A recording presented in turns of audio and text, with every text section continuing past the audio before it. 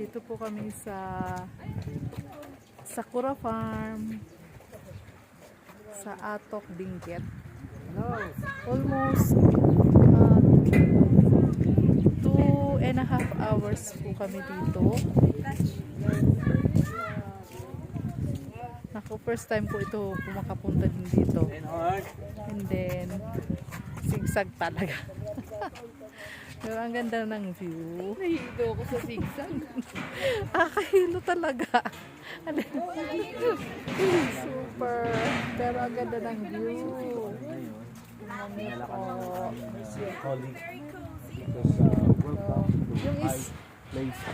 Yung pinakataas na to. Sa Atok. Atok, Benguet. Ay, ano yan? Ang ganda. Cactus. Tingnan nyo po. Yung cactus niya. Paano ba yan? Tingnan nyo po. Far away, no? Very far. Far, very far, very far. Yun. Diba? Sana, o nga. Ang lamig. Ang lamig siya. O nga. Oo. So, sayang. Ayun. Ganda. Bihira-bihira talaga ang ganitong view. So, thank God. At nakarating kami dito. Ayan. Ang ganda.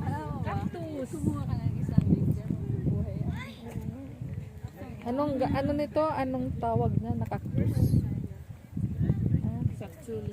Yan, succulent ba? Succulent, ewan. Halika dito, tis. Ang vlog tayo mamaya.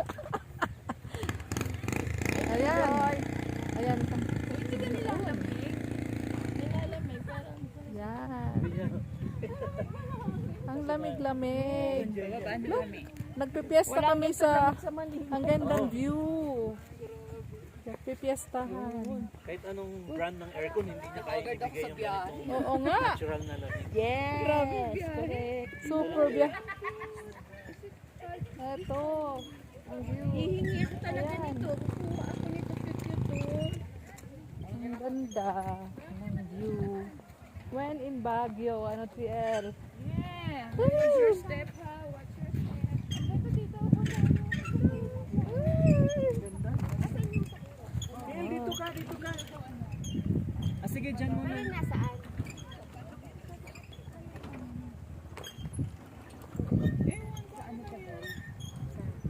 Lang, na-mesmerize ako.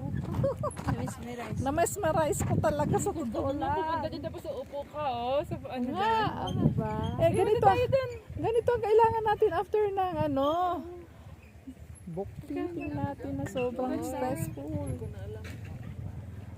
Ayan. Ayan. TL, halika dito. Nagbablogger ako. Ay, vlogger ka? Hindi, ano lang to.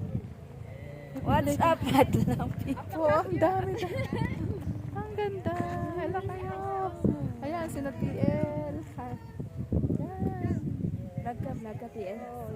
Hindi ko na upload. Pupunta tayo dyan sa flower. Ano? Oo. Magbuo tayo lahat. Oo, buo tayo. Oo. Picture tayo para ano? Oo, yung trip ng jeep.